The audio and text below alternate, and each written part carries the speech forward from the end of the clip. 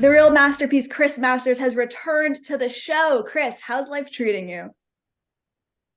Well, I do live in Southern California, although we did just get over what I guess was a hurricane.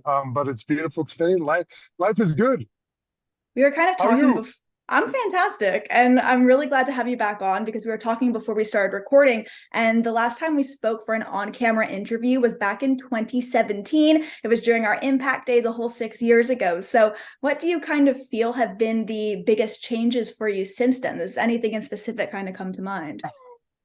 Oh my God, that's a loaded question right Oh, yeah, there. we're Now, diving deep. like, I don't even know where to start with that. First of all, I do remember our interview. We were in Canada, right? Yeah, we were. Yeah. So, I mean, like, basically everything has changed. I had a Canadian girlfriend at that point, and I was obviously working for Impact Wrestling at that point. And then you fast forward, and we all went through the pandemic. And I don't know, I guess more recently over the last couple of years, 2017, that whole chapter of my life leading into coming back to California, then the pandemic. Like COVID, for instance, was it was a good chance for me to do a lot of personal growth that I never got to do throughout the last 15 some odd years. So basically everything's changed, but for the better. I just have like we were talking about before we came on here, just a different outlook on basically everything. And it wasn't something that I consciously tried to do. It just happened, which is nice that it did. I think that's such an important thing. And it's really coincidental that for you, the pandemic was your chance to step away, reevaluate, and genuinely be able to change that mindset. Because it's the same thing for me. I started getting into meditation, yoga, focusing on simply just saying, okay, if this is a shitty scenario, we're going to get through it. Things are going to be fine. And before I would just go into full on panic mode. So talk to me a little bit more about that mindset and what's changed there. Focusing on the positive things in your life and not just the negative and all that, and just approaching, even just people in general. You know what I mean? Like sometimes it can be very easy to be irritated by people, or for me at least, I could be an introvert sometimes or not kind of want to socialize. But the way I approach my life like nowadays is, if I come across somebody, I smile, I greet them, and I just like to exude positive energy. You know what I mean? Because I just feel like if nothing else, to get uh not to get into all the weeds of it, but like positive energy breeds more positive energy. And Yeah. like, so, if you walk around negative all the time and you're complaining about stuff all the time, you're just perpetuating more negativity. And I've just seen it play out in people's lives. You know what I mean? And I'm sure obviously in my life, I just maybe didn't know it. But it's really just one of those things where life is good. You know what I mean? If you choose to look at it that way, and like look at it like every day is an opportunity for whatever you want, really. And so that's how I just kind of look at it. And I don't know, it's obviously a lot more healthy, and I'm sure you probably Yeah. relate to a lot of that. It's just interesting to me to hear what you're saying there because one of my favorite things you mentioned is just smiling at people when you're walking down the street. It's something I've always done, and I'm Canadian, so it's in our blood to be nice. But I love seeing how people react differently. Some people smile back, some people just look at you like you're crazy, like what the hell is she so happy about? So it's fun for me to play off of that energy. But no, at the end of the day, I'm at least putting all the good stuff out, and how people want to react to it, it's up to them. Yeah, and it's manifested in so many little ways. Like, I mean, I don't know if maybe I've just gone soft, but like, you know, like for instance, the other day there was a little spider in the bathroom, and the old me or me, I would usually just kill it, but I actually tried to preserve this spider's life and get it out. I Good think for I you. actually I killed love it trying to that. preserve its life. But like my It's point, the like intent that matters. right, and that's a silly kind of example, but like I don't know, I approach everything different, and I didn't consciously try to do that. It just happened, and like maybe it's just you know your personal growth again. You know what I mean? Like I guess everybody kind of hopefully goes through it at some point and evolves and keeps evolving into a better version of themselves. Even though I kind of hate to say that, but that's really what it is. There was something that you brought up the last time I spoke with you that I was really intrigued by, and it was your sneaker collection. So, how intense has the sneaker collection gotten? Because the last count you gave me was 70, which in itself is absurd. I was wondering where you were going with this. Oh wow. Okay. So it's no longer at 70, that's for sure. It's got to be, I would, ooh, this is a good question. Because it's probably well over 100, I'd imagine. Now. It's got to be about, Wow. if I'm guessing, I would say about maybe 105 or 105 or so. Wildly impressive, because I thought that I had an intense collection with about 60 maybe. So that's you're doing numbers Oh, for me with that I'm a one. lunatic. I'm a lunatic about it. But like I will say, in my defense, I have gotten better about it. I'm a little more responsible about it. Because I mean, here's the thing: there were some shoes that I was digging that I got, and then you kind of you you you realize they're not wearable. You know what I Yeah. mean? Like there's A just lot of certain those shoes that pumps look too cool. are just massive, and I see dudes trying to walk in them, and I can just tell their feet are killing them or they're uncomfortable or cumbersome. It's hilarious. Well, and then the other thing is too is like for a while there, I was trying to wear the sneakers because it's sneakers. I love collecting sneakers. But you can't dress up with sneakers. I mean, yeah, I know some No. dudes like to do Jordans, and maybe yeah, you can do Jordan ones, but like really, like it just doesn't look right. You know what I mean? So like my sneakers are specifically now for when I go to the gym, or like right now I'm wearing them casually. But yeah, it's still a thing for me. Although a lot of them are Kobe Bryant shoes. Okay. I have kind of dipped into some LeBron James signature shoes now and some Kevin Durant's. Although LeBron James is a Los Angeles Lakers, so I got to rep my Lakers. Of course. I mean, what's the Yep. storage or display situation with all of this? Oh my God, I don't even know. I haven't the storage has a bulk of them that you're talking about, and I haven't even been like it's not that far away, but I haven't been there in months. Like I need to go over there and I need to give them some TLC, check They them need out. some Because love, Chris.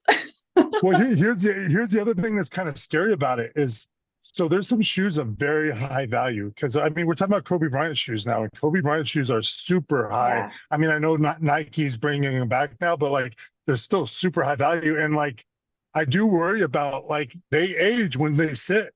So like some of these shoes are not going to stand the test of time unless so like I don't know.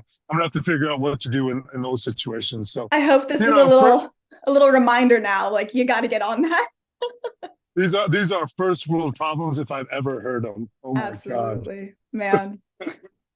I have to say, you've been super entertaining on your social media. You posted a story the other day of you flexing with the caption simply being, I just work with what God gave me. And it was fucking hilarious to me when I read it. And so I want to talk staying in shape. I finally have a workout routine that I love. My boyfriend just introduced me to counting calories, and those have both had such a positive effect on my physique. So, what are a few of your biggest hacks or things that you've learned over the years to stay fit? Just things you always will never give up. Okay, well, so I don't know. I have so many actually. It's kind of overwhelming when you say that. Like Okay. my first gym hack, I'll just say would be like a diet thing. Like a lot of people come to me and they ask me about like they want to improve their diet and stuff, and it gets real complicated sometimes to start telling them you need this much protein, this much carbs. Like people don't Yeah. want to hear that. They get overwhelmed. They don't understand it. So like my first step with people is always like if you're really serious about it, just try to cut out sugar. Just start there. Like just cut out all your sugar. If you can cut out all the sugar, because that'll make a huge difference there, especially if you're trying to like lose weight and stuff like that. Like that's where you start. And then the next thing you would do is you try to cut like pastas and stuff out of your diet, Right. like after 6 p.m.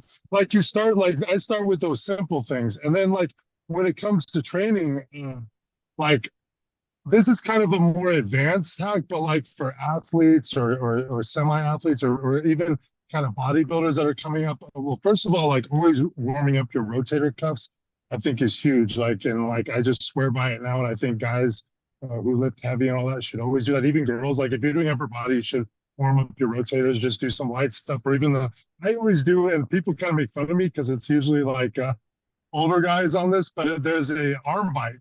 And I'll use that to like, but I'll use it as a Okay. warm up to get my heart rate up and it gets my shoulders going. And then one other thing actually too that I think has been a game changer for me, and I kind of just became more aware of this within the last couple of years, is just, people talk about core engagement.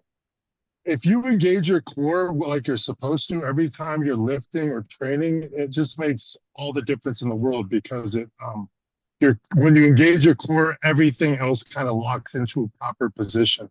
So like it's kind of hard to explain like in like a couple of minutes. And like when I say engage your core, like people might not know what that means. That just kind of means taking your lower abdomen and kind of trying to suck it all the way back to your spine, and you hold it there, and you'll feel that there's like kind of a, your that's where Okay. your core, like, I like it's just it's something that will really help. But it might be more for people who lift heavy and stuff. But like I don't know, I Right. think it's beneficial. It sounds like the first time you try that, that'd be so incredibly uncomfortable. I'm not someone who lifts frequently, but I kind of want to try it just because I'm into a lot of different breathing exercises and weird stuff like that. Well, and like really, all it kind of is, I think, really is vacuums. Like if you've ever heard Yeah. of that, like yeah, so bodybuilders do vacuums, and they're that's really kind of engaging your core and pulling it back.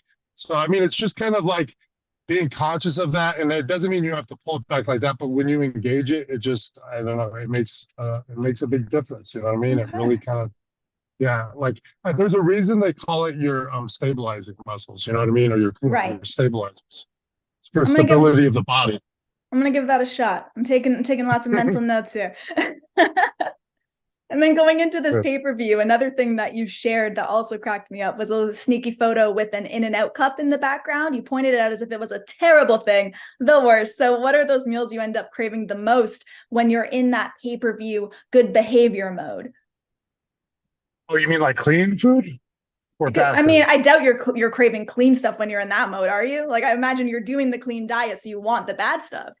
Unless I'm totally wrong. Oh, yeah. No, no, no. I see what you're saying. Well, In and Out is one, obviously. Let me see. What's another one? I mean, like, really, what I've been stopping myself from doing is eating ice cream and Reese's Okay. Pieces. Like, that's my first kind of like go-to junk. But then, beyond that, it would be In and Out or I don't. I'm bad with diet. I just like I'm really good about the training part and I know Yeah. how to diet, but I also like have had this struggle my whole life of like trying to figure out like for me, I have a very fast metabolism. I know a lot of people are just like, oh, what an ape like me, but like What a so dick. so so for me, it's like sometimes I would diet and then I would train real hard and I just kind of like shrivel up. I'd almost get too skinny. So like I've always been Okay. trying to figure out like, okay, well, how much can I actually get away with if I'm training at my fullest kind of capability? And like that picture you were talking about the other day was kind of just with me showing my abs saying I worked with what God gave me was, that's like moderate dieting right there. It's still in and out. Yeah. It's like It's whatever. still in and out. So I like that. well, like ice cream and peanut butter, and then like pasta is a big like thing for me. Although there's no really good pasta to get. I am biased towards real Italian pasta because I've been to Italy and have it, so I can't really like, I can't like I've solve that issue tried. here. You know what I mean? I can't that No, indulgence I can't get. it What's sucks that? because that's one of my favorite things to have is pasta, and I've been trying so hard to cut it out more and more. And I found this plant-based one that literally was just goop. It was disgusting. So you just got to go for the real thing when you crave it, which is a shame, but at the same time, just moderate it, right? Yeah, totally, totally. Or but steak is another thing. But steak is dieting, not dieting. That's just all the time. Yeah. Well, for our last question of the evening, we of course know you as Chris Masters, Chris Adonis, the real masterpiece. So, what are some other nicknames that you have, whether ones that have stuck, goofy ones from growing up, things coworkers have given you? Oh my gosh, there's a lot of those. But first of all, I'd like to say, I kind of look at Chris Masters and Chris Adonis almost like a different guy now. Like when I think of Chris Masters, I think of that guy in WWE who was like 280 pounds, a beefcake, short hair and all that. And Right. like Chris Adonis is the guy you've kind of seen within the last like couple of years. So like just for what it's worth, in my mind, there is a difference between the two. And I'm going to start kind of asking people probably to call me Adonis. Not that like Oh, out of really? respect. Okay. Well, I get, I think because I mean, WWE owns Masters anyway, and I feel like Masters is that guy. So like, it won't be something I'm really like strict about or militant about, but it Yeah. is something that I think I'll maybe start pointing out. And oh, so you said nicknames. Oh my gosh, there's some bad. Everybody Oh, likes to you call said me, bad ones. We got to start with those, please. oh well, masturbator. Well, Oh, which is an RVD favorite. He loves to call me the masturbator. Mickey that's James great. Queen, the disaster piece, which is a favorite of Mickey James and MVP. Peace is probably the most universal one. Like most people would just kind of call me peace. One syllable. It's all one Yeah. syllable thing. That's what it comes down to. Like you can fit Okay. somebody's name in a syllable. Let's see, what else was there? Peace. Oh, Mark Henry was calling me Masterson, and that kind of caught on Masters. for he called me Masterson by accident, and then it kind of just caught on. Like people thought it Those are was the so funny. best. Like, Those hey, are the best nicknames. The accidents that just stick with you forever. and then I'm trying to think. But I think masturbator, disaster piece, and peace are the main kind of notables, you know. Yeah, those are good takeaways that will never leave you for life. So lucky you. The disaster piece one always gets the pops because you know what I mean. I love that. That's good. You know, oh, Mickey James is just she's just too much. Well, Chris, I want to say thank you for taking the time for catching up today. It's just been lovely. It's been so long, so I'm really glad to hear you're doing well.